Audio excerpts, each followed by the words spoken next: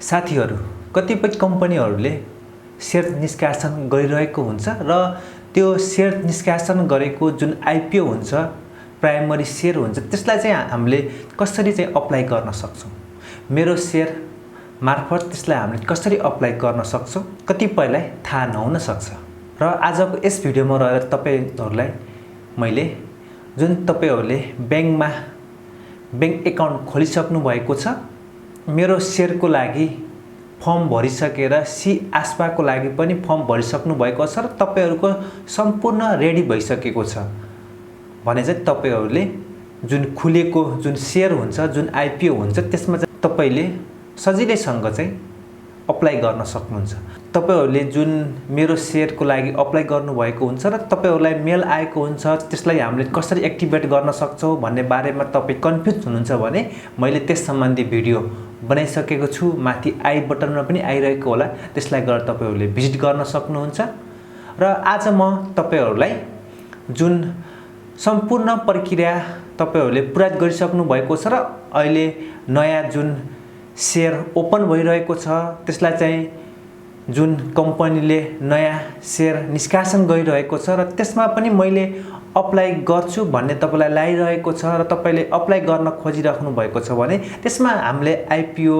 कसरी हामीले भर्न सकिन्छ त्यो चाहिँ तपाईलाई म आजको यस भिडियोमा चाहिँ सिकाउने छु त्यसको लागि यो भिडियोलाई अन्तिमसम्म हेर्नु होला नमस्कार साथीहरु म पशुपति जी C आफूले जानेको कुरा अरूलाई सिकाउने मान्छे र आजको यस भिडियोमा रहेर तपाईहरुलाई मैले IPO प्राइमरी शेयरलाई हामीले कसरी अप्लाई गर्छौं जुन नयाँ शेयरहरु निष्कासन भइरहेको हुन्छ जुन कम्पनीहरुले खोलिरहेको हुन्छ त्यसमा चाहिँ हामीले कसरी अप्लाई गर्न सक्छौं त्यो चाहिँ सिकाउने छु तपाईहरु हाम्रो यस च्यानलमा पहिलो पल्ट हुनुहुन्छ भने हाम्रो यस च्यानललाई सब्स्क्राइब गरिदिनु होला र जानकारीको लागि साथीभाइहरुसँग यसलाई शेयर पनि गरिदिनु होला भन्दै अब चाहिँ हामी तपाईहरुलाई म स्टेप बाइ स्टेप सिकाउनको लागि अब म डेस्कटप तर्फ तपाईलाई लगेर सिकाउने छु अब जाउँ हामी डेस्कटप तर्फ सम्पूर्ण जानकारी दिनको लागि अब म डेस्कटपमा आइसकेको छु र तपाईहरु यसमा आइसकेपछि एउटा कुनै ब्राउजर चाहिँ ओपन गर्नुपर्छ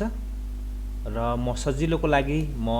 क्रोम ब्राउजर तपाईहरुलाई ओपन गरेर देखाउन लागिरहेको छु क्रोम ब्राउजर ओपन गर्नुहोस् र क्रोम ब्राउजर ओपन गरिसकेपछि माथि टाइप गर्नुहोस् मेरो शेयर माथि टाइप गर्नुपर्ने हुन्छ मेरो share.cdsc.com.np भनेर टाइप गर्नुहोस् यहाँ म चाहिँ टाइप गरिसकेको छु त्यसपछि यस्तो इन्टरफेस खुल्छ मेरो शेयरको र यहाँ माथि चाहिँ तपाईहरुले सिलेक्ट योर DP भनेको छ यहाँ चाहिँ आफ्नो बैंक चाहिँ चुज गर्नुहोस् र आफ्नो बैंक चुज गरेर युजर नेम र पासवर्ड हानिसकेपछि त्यसलाई लगइन गर्नुहोस् यहाँ चाहिँ मेरो लगइन भइसकेको छ र सम्पूर्ण जान्नको लागि यो भिडियोलाई अन्तिमसम्म हेर्नु होला र हाम्रो भिडियोलाई लाइक गर्नुभएको छैन भने लाइक पनि गरिदिनु होला र अब चाहिँ हामीले IPO भर्न लागिरहेका छौं र त्यसको लागि तपाईहरुले सर्वप्रथम यस्तो खुलिसकेपछि यहाँ यो माई आस्पा भन्नेमा जानुपर्छ र माई आस्पामा गइसकेपछि यहाँ चाहिँ करेन्ट इस्यु भनेको छ र कुन कम्पनीको चाहिँ IPO अहिले खुलेको छ यो सम्पूर्ण चाहिँ यहाँ देखाउँछ अहिले चाहिँ कुमारी इक्विटी फन्डको IPO र ज्योति लाइफ इन्स्योरेन्स कम्पनी लिमिटेडको IPO चाहिँ अहिले खुलिरहेको छ र आज म तपाईहरुलाई ज्योति लाइफ इन्स्योरेन्स कम्पनी लिमिटेडको चाहिँ IPO चाहिँ भरेर सम्पूर्ण तपाईहरुलाई देखाउने छु र यहाँ क्लिक गरिसकेपछि अब तपाई यहाँ अप्लाई फर इस्युमा जानुहोस् र अप्लाई फर इस्युमा गइसकेपछि यहाँ छेउमा देख्न सक्नुहुन्छ अप्लाईमा क्लिक गर्नुहोस् र ज्योति लाइफ इन्स्योरेन्स कम्पनी लिमिटेड को चाहिँ अहिले अर्डिनरी शेयर यानी कि IPO खुल्ला भएको छ र यसको इस्यु म्यानेजरमा चाहिँ NMB क्यापिटल लिमिटेड रहेको छ र इस्यु ओपन डेट भनेको मार्च 5 मा चाहिँ खुलेर चाहिँ यसको चाहिँ मार्च 10 मा चाहिँ यसको सिद्धिने रहेको छ सिद्धिने भनिएको छ र यसको नम्बर अफ शेयर इस्यु चाहिँ 59,40,000 चाहिँ नम्बर अफ सेयर इस्यु भएको छ र प्राइस पर सेयर भनेको 100 रुपिस रहेको छ र मिनिमम क्वान्टिटी तपाईहरुले अप्लाई गर्ने भनेको 10 किता चाहिँ अप्लाई गर्न सक्नुहुन्छ र म्याक्सिमम क्वान्टिटी चाहिँ 66,000 सम्म चाहिँ तपाईहरुले यसमा चाहिँ अप्लाई गर्न सक्नुहुनेछ र तपाईहरुले यसको बारेमा सम्पूर्ण जानकारी यो कम्पनी के कस्तो छ, यो इन्स्योरेन्स कम्पनी के कस्तो रहेको छ, यसको बारेमा सम्पूर्ण जानकारी तपाईहरुले थाहा पाउनको लागि यसलाई चाहिँ तपाईहरु डाउनलोड गरेर पनि यसलाई चाहिँ हेर्न सक्नुहुनेछ। र अब म तपाईहरुलाई यसको अप्लाई गरेर चाहिँ तपाईहरु देखाउन लागिरहेको छु र यहाँ BOID भनेको छ, यहाँ बैंक रहेको छ, अनि ब्रान्च आउँछ, एकाउन्ट नम्बर, अप्लाई किट्टा, एमाउन्ट, CRN भनेको छ। अब चाहिँ तपाईहरुले सम्पूर्ण तपाईहरुले बैंकको एकाउन्ट खोलिसक्नु भएको छ अनि तपाईहरुले डिमान्ड एकाउन्ट पनि खोलिसकेर मेरो शेयर र आस्बाको लागि फर्म फिलअप गरिसकेर सम्पूर्ण गरिसक्नु भएको छ र मेरो शेयरलाई सुरुमा चाहिँ हामीले कसरी यसलाई लगइन गर्न सक्छौं त्यसको बारेमा मैले भिडियो अलरेडी बनाइसकेको छु। तपाईहरुले माथि गएर चाहिँ हेर्न सक्नुहुनेछ त्यो चाहिँ कसरी गर्ने भन्ने बारेमा। र यहाँ ज्योति लाइफ इन्स्योरेन्सको बारेमा तपाईले हेर्न चाहनुहुन्छ भने यहाँ सम्पूर्ण यसरी चाहिँ तपाईले सम्पूर्ण चाहिँ यसरी हेर्न सक्नुहुन्छ। यो कम्पनी के कस्तो रहेको छ भनेर तपाईले सम्पूर्ण चाहिँ यो पढ्न सक्नुहुनेछ यसको बारेमा डिटेल थाहा पाउनको लागि। र यति भइसकेपछि अब चाहिँ यसलाई म फिलअप कसरी हामीले चाहिँ यसलाई अप्लाई गर्ने त। अब बैंक चाहिँ यहाँ लेखिएको छ बैंक, तपाईहरुले आफ्नो बैंक चाहिँ छान्नुहोस् र यहाँ सनराइज बैंक र हाम्रो एकचोटी चाहिँ BOID बैंक हाल्नुहोस् अनि ब्रान्च सबै हालिसकेर अब चाहिँ अप्लाई किट्टा चाहिँ कति हो, मैले चाहिँ 10 किट्टा मात्र चाहिँ मैले चाहिँ गर्न लागेको छु र मेरो एमाउन्ट चाहिँ 1000 रुपैयाँ रहेको छ र मेरो बैंकमा अहिले चाहिँ 1000 रुपैयाँ चाहिँ हुन जरुरी छ र मेरो बैंकमा मेरो 1000 रुपैयाँ रहेन र मेरो भने चाहिँ यो तपाईहरुको यो स्वत रद्द हुनेछ र तपाईको बैंकमा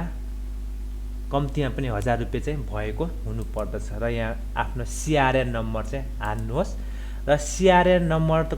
लिनको लागि चाहिँ नजिकको बैंकबाट तपाईहरुले कन्ट्याक्ट गरेर चाहिँ लिन सक्नुहुनेछ वा स्वयं आफै गएर मलाई चाहिँ CRN नम्बर दिनुस्, मैले मेरो शेयरमा अप्लाई गर्न लाग्छु भने चाहिँ त्यसो भन्नुभयो भने उले चाहिँ CRN नम्बर चाहिँ उपलब्ध गराइदिनेछन्। र यति गरिसकेपछि यहाँ टिक लगाउनुस् र यहाँ प्रोसेसमा क्लिक गर्नुहोस् र प्रोसेसमा क्लिक गरिसकेपछि यहाँ तपाईले 4 डिजिटको please enter 4 digit transaction pin भन्छ यहाँ चाहिँ तपाईले हान्नु पर्ने हुन्छ। त्यो चाहिँ सुरुमा मेरो शेयर सुरुमा लगइन गर्दाखेरि चाहिँ तपाईहरु सेट गर्नु भएको हुन्छ, त्यो पिन चाहिँ यहाँ तपाईहरुले हाल्नु पर्ने हुन्छ। म चाहिँ आफ्नो पिन हाल्न लागिरहेको छु र यो हालिसकेपछि अब म यसलाई अप्लाईमा क्लिक गर्छु र यति गरेपछि share has been apply successfully भनेर चाहिँ मेरो यहाँ देखाइरहेको छ। मेरो चाहिँ शेयर चाहिँ सक्सेसफुली चाहिँ भइसक्यो। अब पछि चाहिँ मलाई पर्यो परेन भनेर चाहिँ जब यसको टाइम चाहिँ सिद्धिन्छ त्यसपछि चाहिँ अलॉटमेन्ट शेयर अलॉटमेन्ट गर्ने चाहिँ दिन आउँदछ। प्रायः जसो चाहिँ फ्राइडे यानी कि शुक्रबारमा चाहिँ हुने गर्दछ, एक हप्ता भित्रमै हुन्छ र त्यो टाइममा तपाईहरुले शेयर परे नपरेको चाहिँ हेर्नको लागि चाहिँ यो एप्लिकेसन रिपोर्ट भनेको छ, यहाँ चाहिँ गएर तपाईले यो रिपोर्ट भन्ने ठाउँमा यसरी क्लिक गर्नुभयो भने तपाईको यहाँ यो स्ट्याटस चाहिँ अनभेरिफाइड भनेको छ अहिले किनभने म भर्खरै मैले गरेको हुनाले मैले अहिले भर्खरै अप्लाई गरेको हुनाले बैंकको अहिले टाइम चाहिँ नभएको हुनाले उसले चाहिँ भेरिफाई गर्न सकेको छैन। 10 to 4-5 सम्म भित्रमा चाहिँ उसको भेरिफाई हुने गर्दछ। म यो रातिमा चाहिँ भिडियो बनाउन लागिरहेको छु र मेरो भोलिसम्ममा मेरो यो भेरिफाई हुन्छ र तपाईहरुको शेयर परेको नपरेको चाहिँ थाहा पाउनको लागि तपाईहरु यहाँ आइसकेपछि यो स्ट्याटसमा चाहिँ अलॉटमेन्ट भनेर लेख्यो भने चाहिँ तपाईको परेको हुन्छ र नट अलॉटमेन्ट भनेर लेख्यो भने चाहिँ तपाईको परेको हुँदैन। यसरी तपाईहरुले सजिलैसँग घरमा बसेर आफ्नै मोबाइलको सहायताले यसरी शेयरमा चाहिँ अप्लाई गरेर तपाईहरुले एउटा आफ्नो आम्दानीलाई सुरक्षित बनाउन सक्नुहुनेछ। त साथीहरु यो सम्पूर्ण प्रक्रियाहरु हेरिसकेपछि आशा छ तपाईहरुले सजिलैसँग IPO भर्न सिक्नु भयो होला भन्ने कामना गर्दै आगामी नयाँ भिडियोमा उपस्थित हुने बाचासहित आजलाई बिदा चाहन्छु। हवस् त, नमस्कार, जय नेपाल।